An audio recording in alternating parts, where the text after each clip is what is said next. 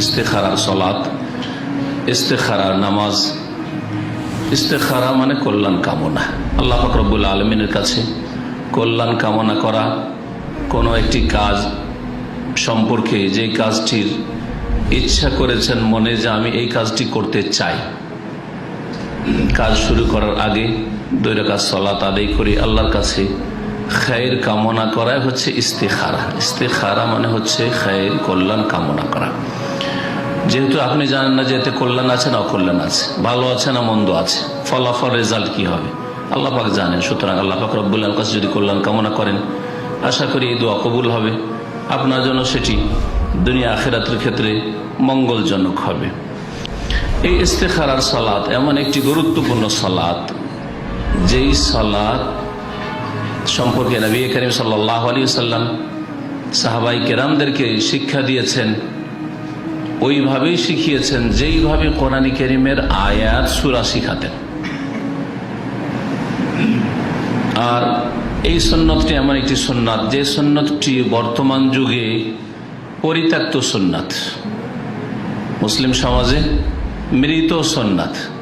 আর কোন সুন্নাত যদি মুসলিম সমাজে মারা যায়, পরিত্যক্ত হয়ে যায়, মানুষরা ছেড়ে দেয়, জানেই না অথবা জানে কিন্তু অবহেলা, 2-এর 1 অবশ্যই। অধিকাংশ মুসলিমরা জানেই না এই সালাত সম্পর্কে, আর অনেকেই জানে কিন্তু আমল করে না, এই সুন্নত পালন করেন না।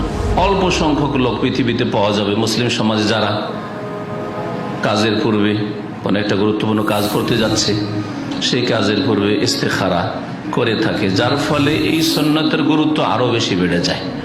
কোন একটি মৃত সুন্নাতকে যদি জীবিত করেন তো তার ফজিলত আপনি পাবেন, এবং আপনার পরে আপনার দেখা দেখি যারা এই সুন্নতের উপর আমল করবে তাদের যেই সওয়াব হবে, নেকি হবে, তাতে সমানভাবে আপনি ভাগ পাবেন, তার নেকি থেকে ঘাটতি করে দেওয়া হবে।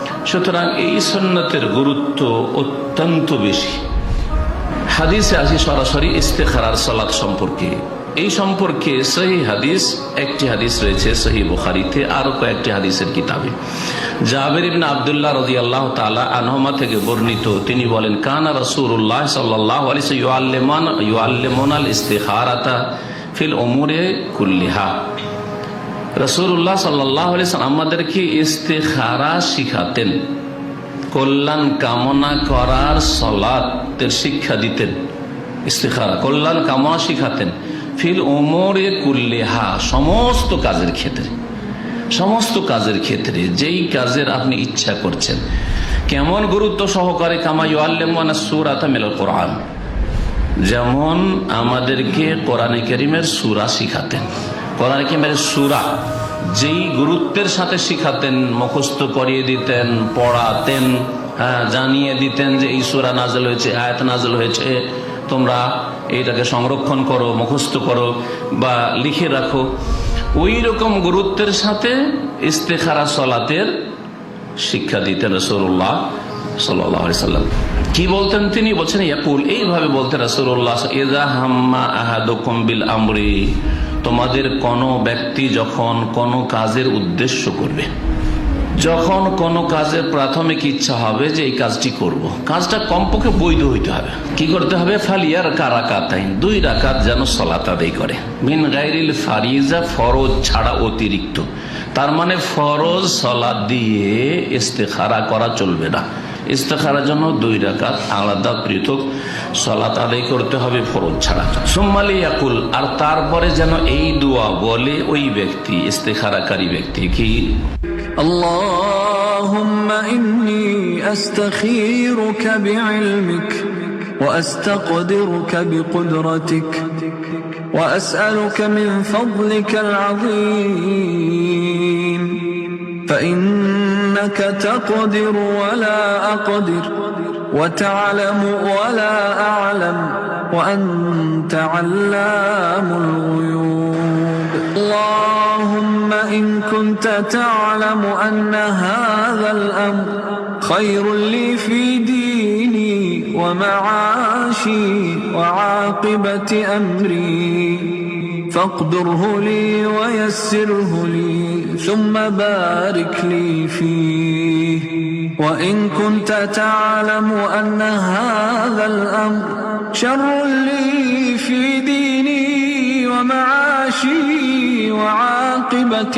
أمري فاصرفه عني واصرفني عنه واقدر لي الخير حيث كان ثم أرضني به কালা নবী সাল্লাল্লাহু আলাইহি ওয়াসাল্লাম বলেন ওয়ায়ুসাম্মি হাজাতাহু, আর এই দোয়াটি পড়ার সময় নিজের প্রয়োজনটি উল্লেখ করবে। ওই যে হাজাল, আমরা এই কাজটি যখন বলবেন তখন নিজের প্রয়োজনটি উল্লেখ করবে। সহিহ বুখারীর হাদিস নম্বর 5903।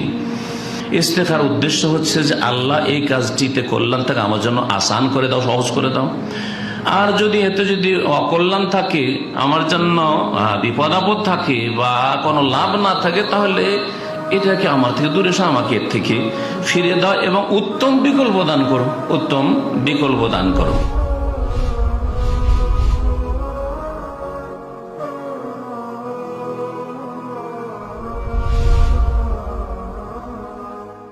لا إله إلا الله محمد رسول الله عليه صلاة الله وآله والأحبة